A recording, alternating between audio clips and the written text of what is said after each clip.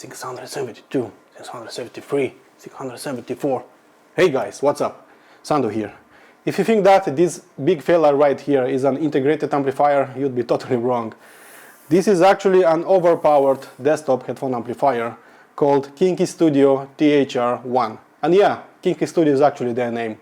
I already imagined myself how a guy enters a media company and just that specializes in business names and just casually asks around, hey, we came from China, we have a studio and we would like to have a Kinki name that will appeal to a new generation of audiophiles. Any ideas? So I think that Kinki Studio is quite funny in a good way. And after receiving the THR-1, before powering it on, it was just mandatory checking its user manual. And that is exactly what I did. And I was immediately struck by their great sense of humor. I will just show you a few examples. In the instruction manual, they described THR-1 that is coming in the package with an El Cheapo power cable. Yeah, that is really funny. I hate those El Cheapo power cables myself. And later on in the manual, while explaining about the DC voltage output, they go like this, and I will read it right now. If the matching upstream source device is poorly designed or defective, usually a vacuum tube device, the headphone may be damaged. Being a solid state guy, I find this statement quite funny. I already like this team quite a lot and I would shake their hands if I could right now. All jokes aside, Kinki Studio is actually very serious about their gear, about the meticulous part selection, about the casing, about the looks, and you can feel that only by looking at their gear. As usual, let's unbox it first and let's check all the goodies inside the package. Box is fairly small but surprisingly heavy. As with all high quality components, it is coming double boxed and the product box is full of the foam for protection. And inside you will find an instruction manual, as you can see, and the unit itself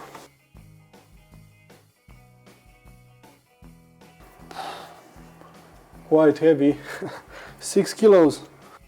And here's the front, really nice looking. I like this wave pattern. And you also have a power cable inside, and this is basically everything you will find. In terms of design and build quality, first impression that I had is that THR-1 is built like a tank with a serious industrial look and being much heavier than it might look. I mean, it has almost the same size with Own Audio S7 Pro, and yet it is twice as heavy. The front and the top panel are really thick at 11mm thickness, milled on a CNC machine. THR-1 looks more like a Faraday cage than like a headphone amplifier. The front panel has an interesting wave pattern that plays with the light in the room, and I personally like that the huge all-metal volume knob. I like that it turns really smooth and offers a pleasant mechanical resistance. On the front panel there is a simple on-off button, an input selector, channel 1 and channel 2, and a switch that changes between the preamp out or the headphone out. It offers 3 headphone outputs. One is a 4-pin XLR balanced one and 2 single-ended ones. The 2 single-ended quarter-inch headphone sockets are labeled as high and low. High is basically recommended for high-impedance headphones, offering double the power to the low output socket. On the back plate there is AC inlet, 2 analog inputs, a single-ended RCA, a balanced XLR input, and also a balanced preamp output. Lovely! Both RCA and XLR sockets seems to be of high quality ones, and the XLR input socket is a locking type. Great. Overall, I think that it looks cool and very solid as a metal brick. In terms of tech specs, THR-1 is a very wide bandwidth headphone amplifier with a 20 to 300 kHz frequency response that goes beyond human hearing. Output voltage is a crazy one at plus minus 70 voltage, and if you're wondering how much that would be in watts, THR-1 is outputting on the 4-pin XLR and on the high gain socket up to 28 watts of power in 8 ohms, 7 watts in 30 ohms, 2.2 watts in 300 ohms and 1.3 watts in 600 ohms, and half that power in the low gain socket. That is an amazing power rating, and I'm pretty sure that it could even drive some passive speakers if it had some speaker tabs on the back. I actually opened it up to see all the magic unfolding in front of me, and I was pleased to find an all-discrete design for Hexicon MOSFETs, some huge KEMET power banks, a very advanced and ultra-low noise power supply, made from a toroidal transformer and with another power transformer. This is the sole reason Kinki Studio is recommending a 3-hour burn-in, so those big caps and both transformers need a lot of time in settling down. I see that it uses a single-ended Alps Blue Velvet volume pot, meaning that the internal circuitry is actually not fully balanced. But nonetheless, with a bunch of high-power MOSFETs, an all discrete design and a very advanced power supply and filtering, I see a very big potential in this one. Moving on to sound performance, being curious by nature, after unboxing it I plugged it in immediately and I started listening to my favorite tunes, and in the next minute or so I was already sending an email asking if the unit is brand new, if it has any burn-in, because it sounded like a defective unit to me with very shy dynamics, very slow sounding in general by my standards. So it was brand new, and I recommend that 300-hour mark was very far away. So I am burning it in since the middle of December, and between me and you, this is the only headphone amp I have tested as of right now where I felt a really huge difference between brand new and burnt in. In terms of sound signature, THR-1 is quite different sounding compared to other headphone amps that I'm listening of late. So my unit of choice right now is an ultra-linear sounding unit that doesn't stretch out to infinite in terms of Soundstage. I'm talking about the HPA4 by Benchmark, and by comparison I think that THR-1 is adding just a layer of refinement, of listening pleasure. It sounds clearly a bit fuller, meatier, it carries just a little bit more emotion with every tune that I would listen to. So with THR-1 I have this unusual feeling of easiness, of freedom, somehow like driving a Ferrari with 60 kilometers per hour. You just feel that power underneath its hood. So in general, tube-based amplifiers will throw a much bigger, much believable stage with a lot more air in the room, and solid-state electronics on the other hand will have other traits like much better driver control, much lower distortion numbers, and later ones in general will sound clearer most of the time. THR-1 is an all-discrete solid-state amplifier, but with a soundstage that is very reminiscent of tube-based amplifiers. So I think that it throws a big stage, it throws it far away and very wide. So THR-1 will somehow just absorb you in the middle and let you decide to which musical note you would like to listen to. So it's quite weird at first, but really cool later on. Power-wise, THR-1 is really impressive, and the only headphone amp that I have tested that can challenge it in terms of power output is only the bars and conductor free reference. So I think that THR-1 is really effortless sounding. It can drive any headphone you want with authority, with ultimate driver control. It has such a huge power reserve that it could drive even 3 headphones at a time. So for fun I connected 3 power-hungry headphones, planar magnetic headphones, so RZH Phobos, Hi-Fi Maneria and Quad Era 1, and I could even go past my comfortable listening level and it would still have some power left in its veins. So planar headphones are mostly current driven, putting a big burden on some headphone amplifiers, yet THR-1 with that robust power reserve offered me a great slam, some impressive dynamics, and always just kept going on and on and on, even with 3 headphones attached to it.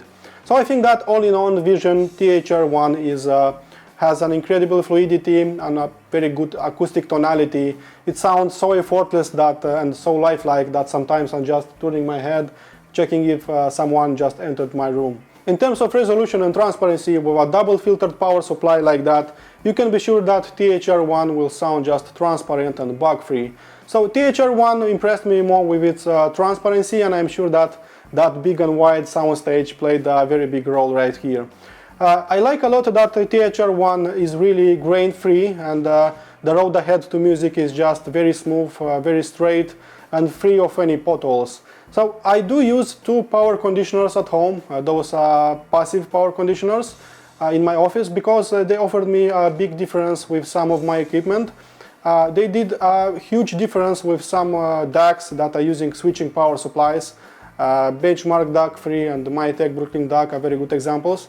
However, those 2 did absolutely nothing to THR-1, and that tells a lot about how good is the internal power supply implementation of this unit and its noise rejection. So it's just grain-free, it is transparent sounding, it is really easygoing, and those are just its core attributes of this unit.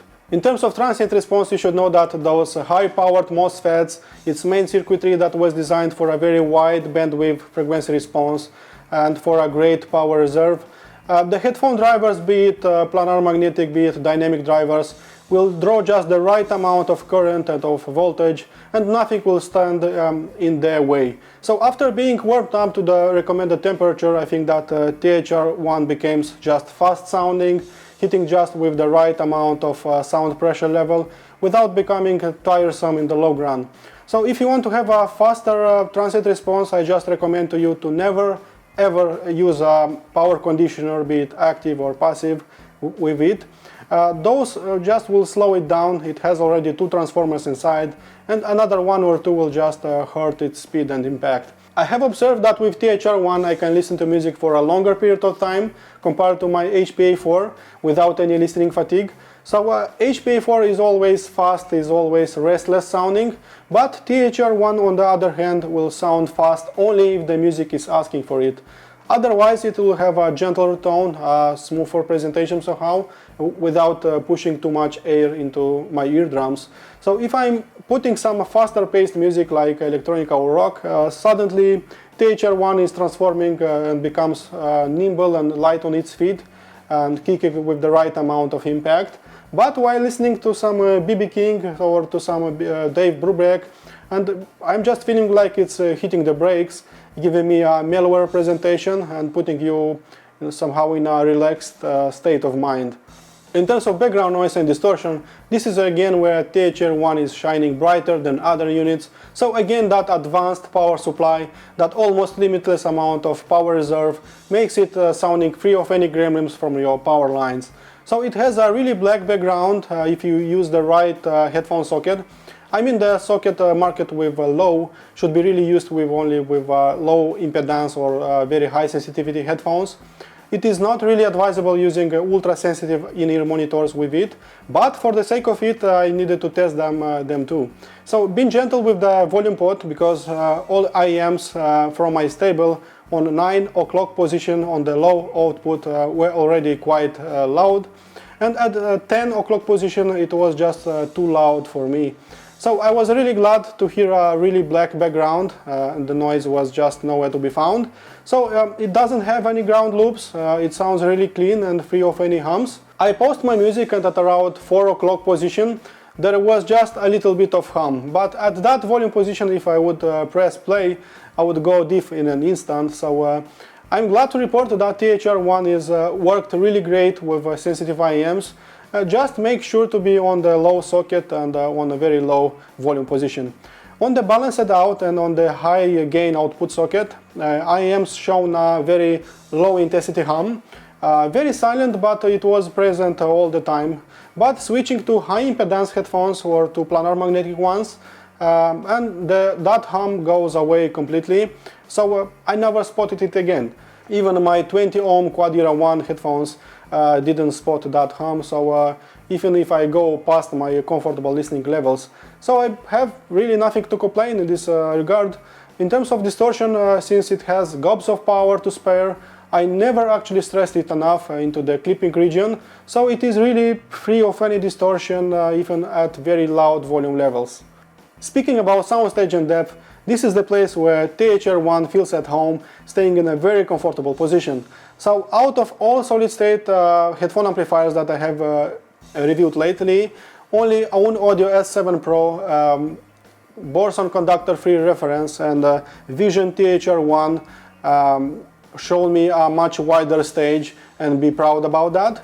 But I still think that THR-1 throws it bigger than the rest in all directions. But you will need to have a higher performance headphone to hear that for yourself. So I felt a bigger stage mostly with RZH Phobos and with the Hi-Fi Man area, and with other headphones I was mostly just guessing. Depth, I think that is great too, and while listening to some regular CD quality tunes, it surprised me that even some crowded passages started sounding uncluttered and farther away from me. Being a super wide bandwidth headphone amplifier means that it has a super extended frequency response. And I will just mention that I feel that its mid-bass and mid-range are enhanced by a hair, but I don't think that it was made on purpose by its designers. In general, a well-made all-discrete design is sounding a bit fuller, meatier, more natural, thanks to that oversized power supply and that powerful output stage. So it will go low, it will rumble in the bass, and it will have a great sustain if the track is asking for this. Mid-range will be smoother sounding and more believable somehow, a bit heavier sounding too. It has a great tonal balance, I think, and it is against those modern V-shaped type of sound signatures. I still don't get those. Treble is extended, it is clear, it is textured, but it will never sound metallic, bright or harsh. So it is just putting a lower stress on the listener, and this is why you can listen to it for hours and hours without feeling dizzy or tiresome. So I don't find it rolled off in the treble, just smoother sounding without those over-sharpened images. So some of you are curious how it will fare against the HPA4 by Benchmark. Does it have a chance against it at almost 1/3 of its price? Since I don't want to make this video super long or boring, please check my written review, there is a link below. But I will just say that THR-1 stood really well in front of the reference HPA4, and I can't really tell you which one is better or worse, because it really depends on the listener. Going on into the conclusion and disregarding all my jokes, Vision THR-1 came out as a really serious piece of kit. It is modern looking, it is built like a tank, it has an affordable sticker attached to it if you are considering all its pros. It sounded impressive with IEMs, with dynamic headphones, with planar magnetics alike, so I consider it really versatile. If you're looking for a full-bodied sound that has a heavier tone, that is sounding smoother and offensive for the listener, and you can listen to it for a very long session, then THR-1 just becomes a very logical recommendation for you.